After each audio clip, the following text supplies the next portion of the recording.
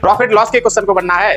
कुछ दिक्कतें ज्यादा आ रही थी तो उनको देखते हुए आज कॉन्सेप्ट वाले क्वेश्चन को देखते हैं। हमारा एक क्या, a man buy a toy for rate 25 रुपए खरीदता है and sells it for rate 30, मतलब 25 रुपए में खरीदा उसने, मतलब बाई किया और सेल कितने में कर दिया 30 रुपए में। What percentage profit and he makes, मतलब कितना प्रॉफिट किया, कितना और प्रॉफिट किया वो भी परसेंट में कितना किया उसको देखें। कैसे एक आदमी ने एक खिलौना 25 रुपए में खरीदता है और उसे 30 रुपए में बेच देता है, इससे कितने प्रतिशत लाभ हुआ।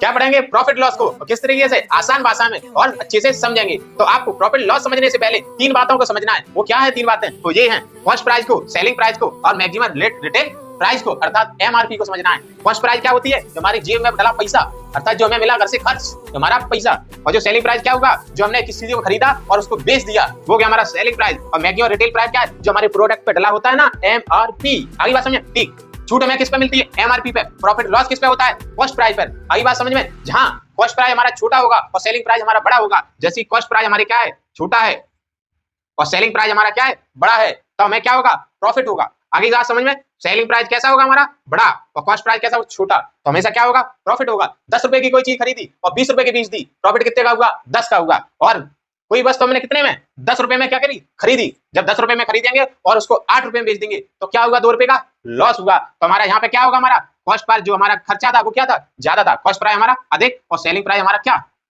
कम होगा, वहां क्या होगा लॉस हो जाएगा, लॉस में चले जाएंगे। ठीक, अब परसेंट निकाले, ये तो निकल आया हमारा प्रॉफिट, क्या निकल के आया प्रॉफिट, लेकिन निकालना है क्या परसेंट, तो सीधा सीधा बताया था जब परसेंट लगा क्या परसेंट में बदलेंगे सीधा 100 का मल्टीप्लाई आ गया 100। किस पे निकल रहा था हमारा कॉस्ट प्राइस पर, प्रॉफिट होगा कॉस्ट प्राइस पे हमारा क्या होता है प्रॉफिट, कॉस्ट प्राइस पे क्या होगा हमारा लॉस। ठीक है, परसेंट के लिए 100 का मल्टीप्लाई 100 का मल्टीप्लाई। ठीक, यही हमारा कॉन्सेप्ट है।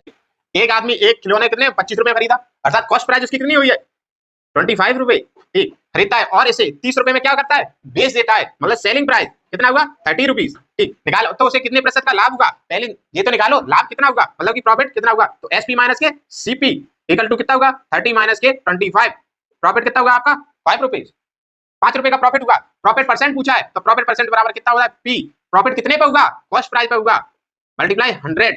ठीक, प्रॉफिट कितना 5 रुपए का होगा और कितने 25 रुपए पे होगा।